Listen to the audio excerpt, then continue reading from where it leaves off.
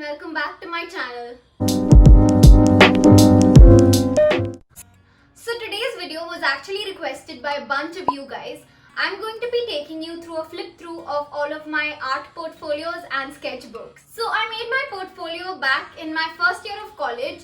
So all of the artworks in there was made around 2016 or 2017, and all of my sketchbooks are more recent works which I have made in the past year or so. So let's go. Okay, I'm going to be starting with my better portfolio. So this is a standard designer's portfolio in the size A3 that I picked off from Hindustan Trading Company. And to store artworks, I use these clear files that come with the portfolio, and I just insert my paper in like this. So back in college, we were required to sort of section off our artworks by the medium. So these are just some things that I made to section them off like so.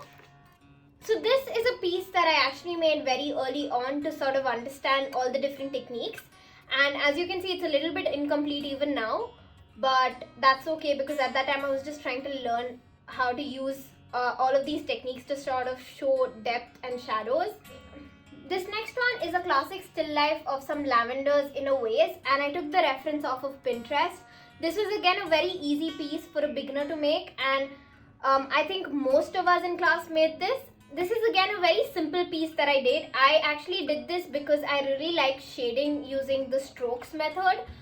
If you've seen my pencil shading video, you'll know how much I actually like using this method. So that is something that I used as well. Moving on to color pencils, I actually made this before I joined college. And this is just a piece that I really like, so I put it in here. So it's just a classic bird, and I've used watercolor pencils as normal color pencils here. I made this for my Try Pencil Shading With Me video, and you can check that one out to see how I made both of these.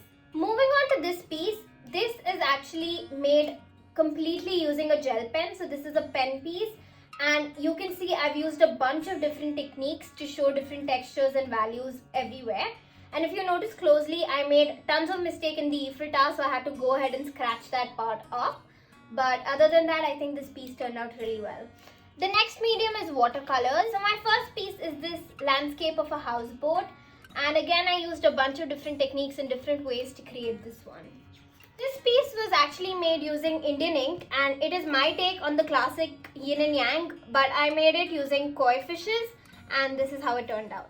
This was again a piece that I made before college back in 2016, and the reference for this whole piece was a photograph. As you can see, the detailing of the bricks took me the longest time, and all of the textures here was something that I had a little difficult time doing. So this was actually done by one of my art teachers who helped me with this piece. Back in college, dry pastel used to be one of my favorite mediums, and the first piece that I made was this cat. My entire class had to make this piece, and it still remains one of my favorites. Okay, fun story about this piece. One night I randomly woke up in the middle of the night because I was worrying about how many deadlines I had to meet in terms of artworks. And at 3 in the morning, I sat up and made this whole piece. The reference I took from Pinterest, and I didn't know how it was going to turn out. I was just sort of eyeballing it. But I do think that it looks amazing and is till date one of my favorite pieces. Moving on to oil pastels. This medium wasn't one of my favorites back in college, and I think I understand it a lot better now than I did years ago. So one of the pieces that I made using this medium were these tulips, and there's a ton of things that I would do differently now, but I still think it's okay for a beginner. So this was actually made using oil paints, and oil paints is a medium that I am not comfortable with even today. I just do not understand oil paints, but I do really like how well it blends. I like how buildable it is, how much you can keep going back to it and working on it for years on end. But this was a very basic piece that I made only for the sake of my submission. This is actually my practice portfolio, or the portfolio in which I keep all of the pieces that I'm not 100% happy with, or the pieces that I didn't want to put in my final portfolio, which was the previous one. So let's go. So my first one is actually a very simple still life drawing of an apple. So we made this in real time with a real apple in front of us, and we had to sort of observe how the lights and shadows react with the object and sort of try and duplicate that. So this was that piece. Talking about this one, this is a very basic artwork that I took off from Pinterest, I think. and I redrew it. It was super simple. There's not much technique or not much depth here, but this is just something I made in the very beginning to sort of practice. This is a piece that I made, I think, before college, and I copied this from one of those learn pencil shading books that we all used to have. So this was actually one of my first interactions with drawing birds or animals or anything like it. Again, you can see it's very basic and it needs a lot of work, and I would do a lot of things differently now, but this was one of my first attempts.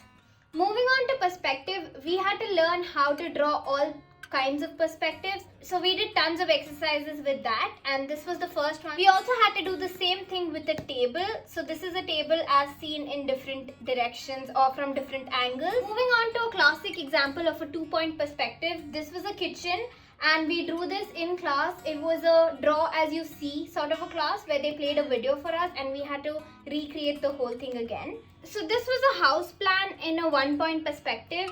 This was again a draw as we see it class, so we sort of just copied what was going on in the video to understand how 1-point perspective works. So this is what we made for 3-point perspective. So this is the ant's view and this is the bird's view. Moving on, this is one of the pieces that I made using watercolor pencils, and again this is something that I made before college. Moving on to study still life using watercolors, we placed a couple of fruits in front of us and we sort of drew them in real time. So this is how the practice turned out. I think there's one more. Yeah. So we also drew this potato in real time looking at it. So that was how that turned out as well. This we actually made off of a reference image. And again, I think it looks sort of incomplete without the whole ground done. But I think it's okay because it was one of my first interactions with the medium. So this piece was actually one of my exams where we didn't have any reference image. We had to go from whatever we felt like painting. So this is what I came up with.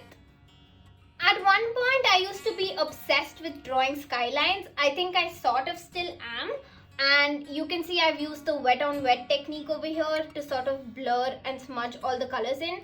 But I did not do a very good job, as you can clearly see over here.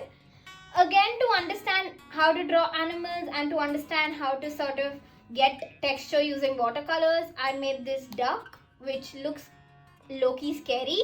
But that's okay. This is another watercolor landscape that we had to do. As you can see, it's a village scene.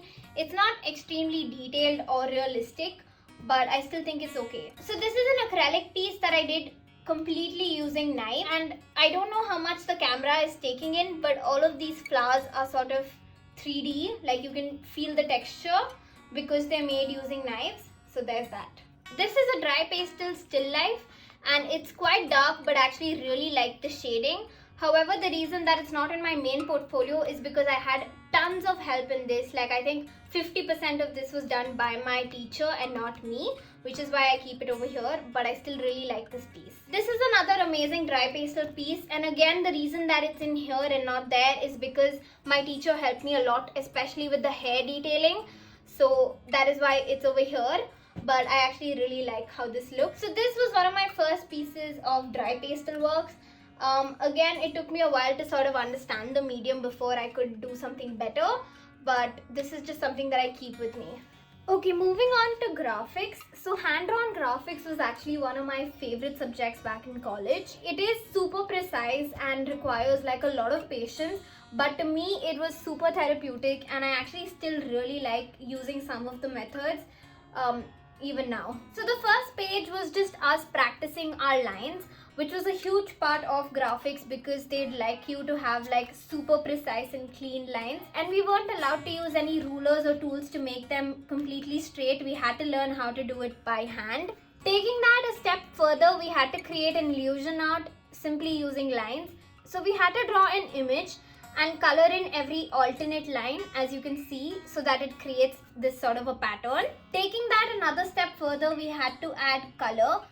So in this, we had to alternate all the black and the colored lines to create this pattern. This was one of our first exams. We had to draw a triangle and then create a pattern on one section of the triangle and sort of duplicate it everywhere else using symmetry.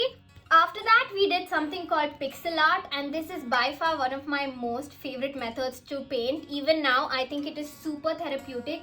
It takes hours on end, no doubt, but it works amazingly well for me personally. So in this, first we had to create a grid of 0.3 centimeters and then paint in a pattern of our choosing.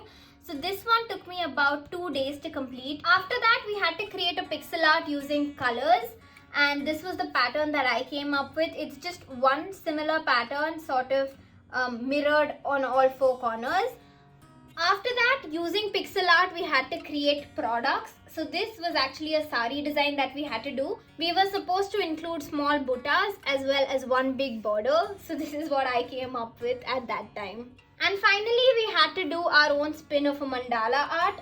And I really like pastel colors, so that is what I went with, and that is how it turned out. Again, we weren't allowed to use any tracing sheets, butter paper, nothing. We had to hand draw all of the sections on our own.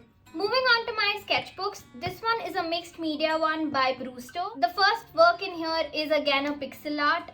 This is again 0.3 centimeters. Next up is an incomplete pixel art. I still have to finish this and I'm going to very soon. But anyways, now you can see how the grid looks. Next up, I have a watercolor piece. So I absolutely love mixing watercolors with pens. And this is just a simple balcony illustration that I did. Next up is this oil pastel work. So this was actually a live sketch. I drew this on the spot earlier this year when I visited Kerala. And after coming back home, I sort of filled it in using oil pastels. So this is again an oil pastel piece, and I did this as part of a workshop that I attended from Hindustan Online. I also made another piece using oil pastels at the same workshop, so I added both of those in here as well. Moving on, I wanted to practice all of my watercolor techniques again, so this is just that. And I bought new paints and I wanted to swatch them. So these are the Stedler ones that I've spoken about before. Next up are some freehand watercolor flowers. This was again practice. As you see, I kind of messed up this lavender, but I really like this one. And so on and so forth. It was just me practicing different ways of making the same flowers. After that, I freehanded a couple of fruits as well, as you can see. So this is that. Again, if you follow me on Instagram, you will know I made this sticker series. So these are just some graphic fruits that I made using acrylic paints. Next up is this oil pastel portrait. Moving on is a portrait that I made but never really colored in, but I will soon. Then again, this is another watercolor portrait that I made. Next up is this very famous building. Again, I used a mix of pen and watercolor. Like I said, I think that combination is absolutely amazing. It's one of my favorite combinations to work with. So this is how it turned out. So after that, I practiced all of my oil pastel techniques on a black paper just to see how the oil pastels sort of show up on black paper. So I attempted to draw my own Dadi, and this is a watercolor portrait, and I wasn't entirely happy with this one, so I made another one which I was even less happier about. But yeah, that is just my attempt at watercolor portraits. After that is another piece of the whole sticker series, this time in flowers. So again, this was made using acrylics. Another part of the sticker series are these graphic animals. So that's just how that went. For my next sketchbook, I have this Hindustan's watercolor sketchbook, which is 100% cotton. And I absolutely love the texture of watercolor paper. So I don't necessarily use it only for watercolor. I use it for other things also, as you will see now. First up is this oil pastel seascape that I made for my Try Oil Pastels With Me video. You can check that out for how I made this one. Next up is this piece that I made for Curate with Yojana. And this is again on my Instagram, and the whole story behind this is there as well. But I made this using pens and fine liners of different colors. So this is the techniques page that I made for my watercolor pencil video. And I actually really think it looks really nice, even though it's very haphazard. I think I really like it. Continuing with the same video, this is just the practice papers that I made for that video. And this is just a sunflower made using watercolor pencils. Again, I've spoken in detail about this in that video, so I'm not going to say too much right now. And with that, we're at the end of all of my sketchbooks, artworks, portfolios, and everything. Finally, thank you so much for watching. If you liked the video, then please make sure to like, share, and subscribe, and I'll see you next time.